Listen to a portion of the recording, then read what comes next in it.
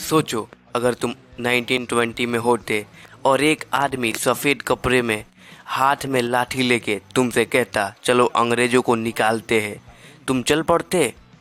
आज हमारे हाथ में पेन है, हमारा देश आज़ाद है, पर ये सब एक दिन में नहीं हुआ। इसके पीछे है एक लंबी कहानी, लाखों लोगों की कुर्बानी और एक सपना, एक आज़ाद भारत का सपना। तो चलो आज के वीडियो में जानेंगे क्लास 8 हिस्ट्री का आखिरी और सबसे ज़बरदस्त chapter, the making of national movement 1870 to 1947। एक सफ़र जहां से देश ने अपनी तकदीर लिखना शुरू किया। नेशनलिज्म की शुरुआत 1817 का भारत। 1800 के आखिरी दिनों में लोगों ने समझने लगे कि ब्रिटिश रूल सिर्फ एक लूट है। ब्रिटिश लोग भारत का पैसा, फसल और रिसोर्सेज इंग्लैंड ले जा रहे हैं। पीजेंट का भूख थी, मिडिल क्लास की जॉब नहीं मिल रही थी और सबको लग रहा था हमारे साथ अन्याय हो रहा है। एजुकेशन इंडियंस का आवाज़ उठाई। एजुकेटेड इंडियंस ने न्यूज़पेपर, बुक्स और पैम्पलेट्स के जरिए लोगों के जगाना शुरू किया। दादा भाई नौरोजी ने ट्रेन ऑफ वेल्थ थ्योरी दी, बताया कि ब्रिटिश किस तरह भारत का पैसा चूस रहे हैं। बंकिम चंद्र चट्टोपाध्याय ने वंदे मातरम लिखा, एक गीत जो लोगों के दिल में आग बन गया। ये नेशनलिज्म का बीज था, जब लोग पहली बार समझने लगे कि हम एक देश में रहते हैं और हमें मिलकर कुछ करना होगा। इंडियन नेशनल कांग्रेस की न्यू 1885 में A.O. हुमे, एक रिटायर्ड ब्रिटिश ऑफिसर, ने इंडियन लीडर के साथ मिलकर बनाई इंडियन नेशनल कांग्रेस INC।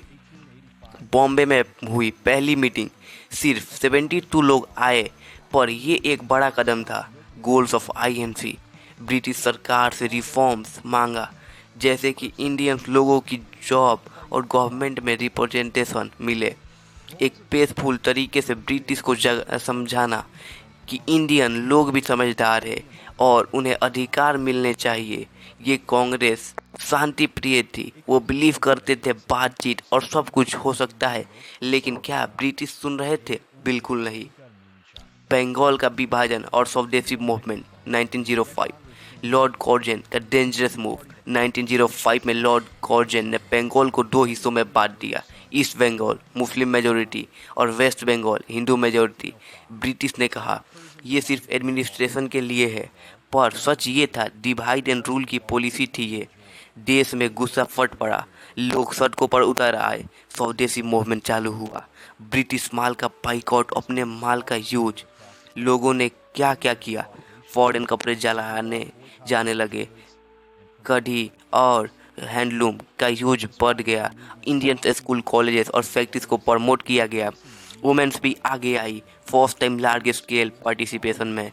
स्वदेशी का आंदोलन नहीं, एक जज्बा बन गया। अपना देश अपना माल, ये स्लोगन की जुबान पर था। और नए रेडिकल लीडर्स, मॉडरेट सिर्फ बात कर रहे थे, पर लीडर्स ने कहा enough is enough. Lala Lajpat Rai, बाल गंगाधर तिलक और बिपिन चंद्र पाल, इन्होंने मिलकर शुरू किए एक नए दौर। तिलक का नारा, Swaraj is my birth right and I shall have it. Public festival, जिसे गणेश उत्सव और शिवाजी जयंती का यूज किया गया नेशनलिज्म स्प्रेड करने के लिए। ब्रिटिश को ओपनली सिटीजन क्रिटिसाइज किया गया। ये थे रेडिकल्स जो सिर्फ बात नहीं, एक्शन चलाते थे। उन्होंने नेशनलिज्म को लोगों के दिल तक पहुंचा दिया।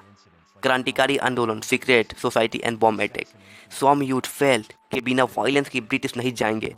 सीक्रेट ट्रूप्स बन गए, जिसे अनुशीलन और समिति और जुगांतर कहते हैं।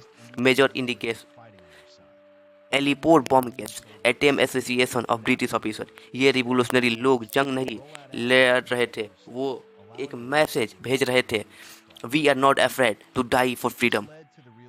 वर्ल्ड वार वन और ब्रिटिश के प्रोमिसेस।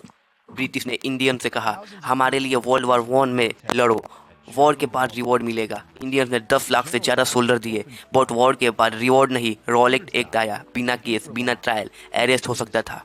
लोग समझ गए ब्रिटिश सिर्फ झूठी उम्मीदें देते हैं।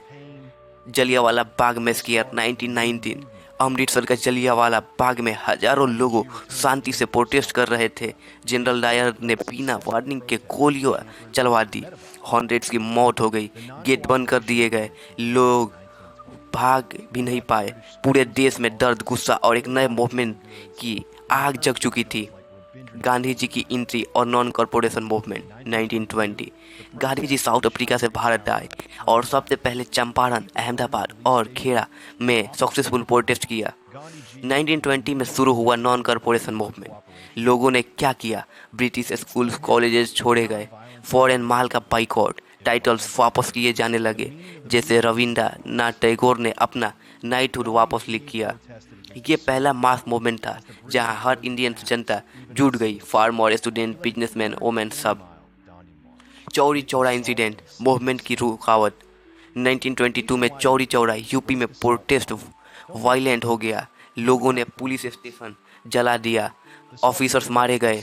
गांधी जी ने तुरंत नॉन कॉरपोरेशन मूवमेंट वापस ले लिया। उन्होंने लिया अहिंसा सबसे इम्पोर्टेंट थी।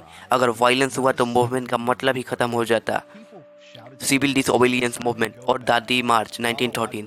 गांधी जी ने सॉल्ट लॉ के अगेंस्ट प्रोटेस्ट किया क्योंकि ब्रिटिश ने सिंपल नमक पर भी टैक्स लगाया।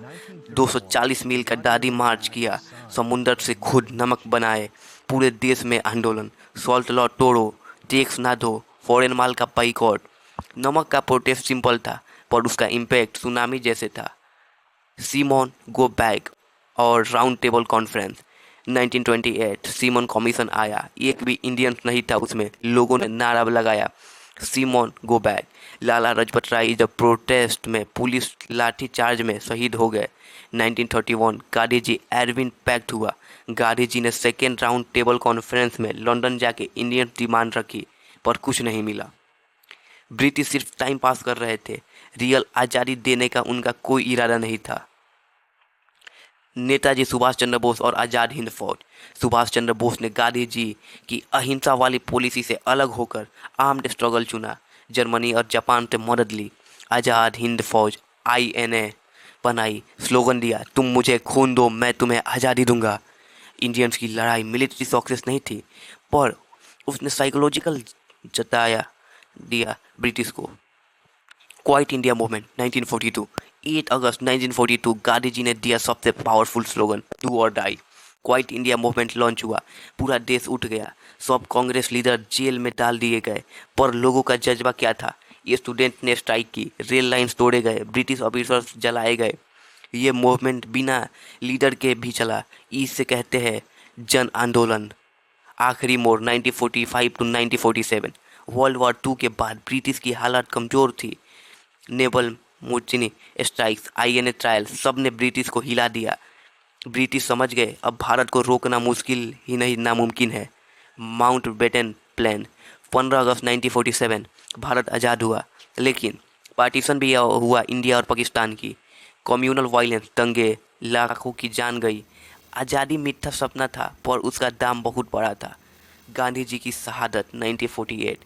गांधी जी ने पार्टीशन के टाइम पीस बनाने रखने की पूरी कोशिश की। 13 जनवरी 1948 उनकी हत्या कर दी गई नथुराम द्वारा। गांधी जी एक इंसान नहीं एक सोच थे। उनका जाना भारत के लिए सबसे बड़ा घाव था। अब करते हैं क्विक रिवीजन। 1870 नेशनलिस्ट सोच शुरू हुआ। 1885 कांग्रेस का जन्म। 1905 Bengal partition swadeshi movement. 1920 non corporation movement. 1913 Dandi march और civil disobedience. 1942 quit India movement. 1947 आज़ादी और पार्टीशन। 1948 गांधी जी की शहादत।